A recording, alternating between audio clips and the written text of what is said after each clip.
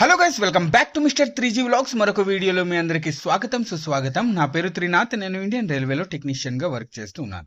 Guys, RRB group D result కి సంబంధించి చాలా మంది క్యాండిడేట్స్ లో చాలా డౌట్స్ అయితే ఉన్నాయి. ఈ వీడియోలో ఆ డౌట్స్ అన్ని క్లియర్ చేయడానికి ప్రయత్నిస్తాను. ఓకేనా?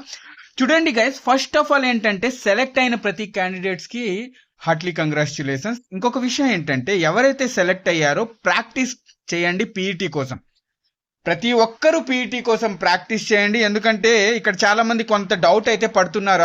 అరే కట్ ఆఫ్ కన్నా 2 మార్కులే ఎక్కువ ఉన్నాయి, అరే కట్ ఆఫ్ కన్నా 3 మార్కులే ఎక్కువ ఉన్నాయి, కట్ ఆఫ్ కన్నా 5 మార్కులే ఎక్కువ ఉన్నాయి, ఫైనల్ సెలెక్షన్ లో నా పేరు ఉంటుందా లేదా అని ఒక డౌట్ అయితే ఎవరైతే సెలెక్ట్ అయ్యారో వాళ్ళకి ఉంది. చూడండి, ఇక్కడ 80 మార్కులు వచ్చిన వాళ్ళు పీఈటీ క్లియర్ చేస్తారు అని గ్యారంటీ ఏమీ లేదు. ఓకేనా? పీఈటీ అనేది ఫిజికల్ ఎఫిషియన్సీ టెస్ట్ అనేది చాలా కష్టం. ఓకేనా? మాక్సిమం స్టూడెంట్స్ వచ్చేసి పీఈటీ క్లియర్ చేయలేకపోతూ ఉంటారన్నమాట. ఓకే, సో అందుకే కదా 1.3 క్యాండిడేట్స్ ని పిలుస్తారు, ఒక పోస్ట్ వెనకాల 3 పిలుస్తారు. ఓకే, సో ప్రతి ఒక్కరూ పీఈటీ క్లియర్ చేసేస్తే కనుక మరి ఇక్కడ ఒక పోస్ట్ వెనకాల ఒకరినే కదా పిలాలి, అలా ఏం కాదు.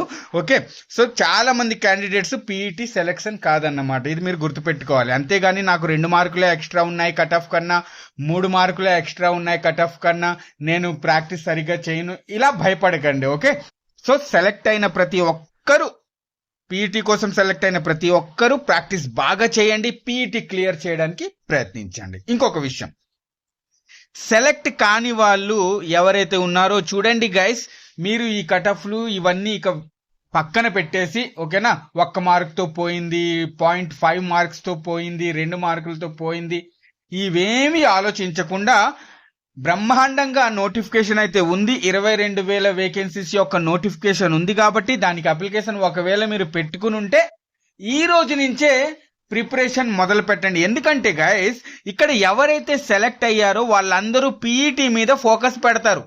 అర్థమైందా? సో మీరు ఎవరైతే సెలెక్ట్ కాలేదో దయచేసి బాధపడకుండా ఈ రోజు నుంచే మళ్ళీ ప్రిపరేషన్ అనేది మొదలు పెట్టండి 22,000 వేకెన్సీకి నోటిఫికేషన్ కోసం. ఓకేనా? ఈ రోజు మీ సెలెక్షన్ కాకపోవచ్చు, బట్ రేపు తప్పకుండా మీ సెలెక్షన్ అవుతుంది. ఓకేనా? షార్ట్ లిస్ట్ లో మీ పేరు అయితే ఉంటుంది, ఇది మీరు గుర్తుపెట్టుకోవాలి. Okay, next doubt, 2 doubt clear. Next doubt ఏంటంటే CCA ex serviceman PWBD result ఎప్పుడు? చూడండి గైస్, మీ రిజల్ట్ వచ్చేసి ఒక 10 to 15 డేస్ పట్టొచ్చు. ఓకేనా? అప్పుడు ఇస్తారు. లాస్ట్ టైం కూడా అలానే ఇచ్చారు. ఓకేనా? సో ముందైతే ఓపెన్ క్యాండిడేట్స్ యొక్క రిజల్ట్ ఇచ్చి తర్వాత మన 10 లేదా 1 వీక్ తర్వాత రిజల్ట్ ఇచ్చారు. ఎవరిది? సిసిఏ వాళ్ళది, ఎక్స్ సర్వీస్ మ్యాన్ వాళ్ళది, పీడబ్ల్యూబిడి వాళ్ళది ఇచ్చారన్నమాట రిజల్ట్. ఓకే, సో ఇంకొక డౌట్ ఏంటంటే, అన్న సిసిఏ వల్ల NAC marks, apprentice marks add చేయలేదన్నా అని చాలా మంది అడుగుతున్నారు. ఎస్, యాడ్ చేయలేదు. మీ కట్ ఆఫ్ ఎప్పుడైతే వస్తుందో, ఓకేనా, మీ కట్ ఆఫ్ ఎప్పుడైతే వస్తుందో ఆ రోజు స్కోర్ కార్డ్ లో అప్డేట్ అయితే చేసేస్తారు. ఓకేనా? మీకు ఎన్ని మార్క్స్ ఎన్ఏసి నుంచి కలిసాయి అనేది ఆ రోజు మీకు తెలుస్తుంది అన్నమాట. ఓకేనా? సో భయపడాల్సిన అవసరం లేదు, ఎన్ఏసి మార్క్స్ అయితే యాడ్ చేస్తారు. బట్ ఇంకొక డౌట్ ఏంటంటే 2/3 చేస్తారా అంటే ఇది ఎక్కడ ప్రస్తుతానికి మెన్షన్ చేయలేదు. నేను మొదటి నుంచి చెబుతూ వచ్చాను, ఈ 2/3ది ఇప్పటి వరకు ఎక్కడ నోటీస్ అయితే లేదు, దీని గురించి మర్చిపోండి అని. ఓకేనా? సో ప్రస్తుతానికైతే ఎన్ఏసి 1/3 మార్క్స్ అయితే యాడ్ చేసే అవకాశం ఉంది. అది కూడా ఎప్పుడు? మీ కట్ ఆఫ్ రోజు. ఓకేనా? కట్ ఆఫ్ రిజల్ట్ వస్తుంది కదా, ఆ రోజు మీకు చూపిస్తుంది. ఓకే ఓకే ఇంకొక విషయం, ఇంకొక డౌట్ ఏంటంటే అందరికీ మార్క్స్ పెరిగాయా నార్మలైజేషన్ లో అంటే, చూడండి గైస్, నార్మలైజేషన్ సిస్టమ్ గురించి మీకు తెలియాలంటే రీసెంట్ గా ఓకేనా 1 వీక్ ముందునే నేను ఒక వీడియో చేశాను.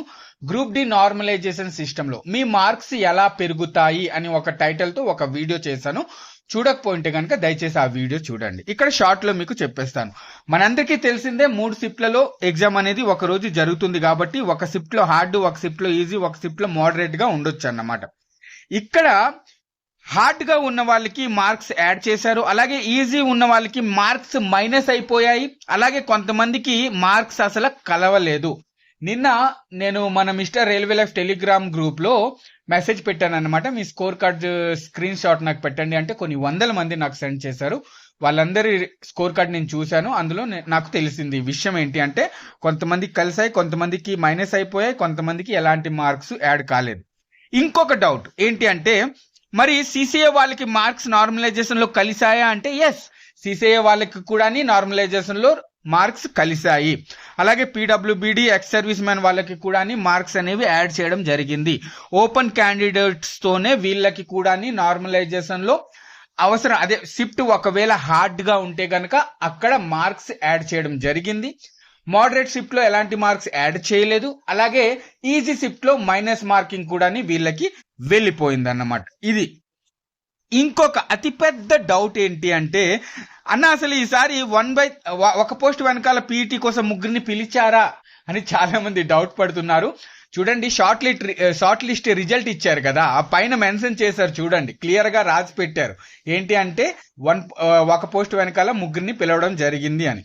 ఇది ఎలా క్యాల్కులేషన్ చేశారు అంటే చూడండి గైస్, టోటల్ వేకెన్సీస్ లో ఇప్పుడు 32,000 వేకెన్సీస్ కదా, ఈ వేకెన్సీస్ లో 20% సిసిఏ వాళ్ళకి, ఎవరికి రైల్వేలో అప్రెంటిస్ చేసిన వాళ్ళకి, అలాగే ఇంకొక 20% ఎవరికి ఎక్స్ సర్వీస్ మ్యాన్ వాళ్ళకి, అలాగే ఇంకొక 4% వేకెన్సీస్ ఎవరికి పీడబ్ల్యూబీడీ వాళ్ళకి. సో ఇలా ఈ 32,000 వేకెన్సీస్ లో 20% వీళ్ళకి, 20% ఎక్స్ సర్వీస్ మ్యాన్ వాళ్ళకి, 4% పీడబ్ల్యూ వాళ్ళకి తీసేగా టోటల్ గా 44% అవుతుంది అన్నమాట. సో రిమైనింగ్ 56% వేకెన్సీస్ ఏవైతే ఉన్నాయో ఓపెన్ క్యాండిడేట్స్ వాళ్ళకి ఒక పోస్ట్ వెనకాల ముగ్గురునే పిలవడం జరిగింది ఫిజికల్ ఎఫిషియన్సీ టెస్ట్ కోసం. ఇది క్లియర్? ఓకే, నెక్స్ట్ ఎవరైతే క్యాండిడేట్ సెలెక్ట్ అయ్యారో మరి పీఈటీ ఎప్పుడు ఉంటుంది? లాస్ట్ టైం లాగే ఈసారి కూడా 20 days నే గ్యాప్ ఉంటుంది. ఓకేనా, పీఈటీకి 20 days నే గ్యాప్ ఉంటుంది. త్వరలోనే దీనికి సంబంధించి ఫిజికల్ ఎఫిషియన్సీ టెస్ట్ ఎప్పుడు ఉండబోతుంది అనేది నోటీస్ అయితే రిలీజ్ చేసేస్తారు రైల్వే బోర్డు నుంచి. ఓకేనా, నాకు తెలిసినంత వరకు మాక్సిమం 20 days గ్యాప్ ఉంటుంది.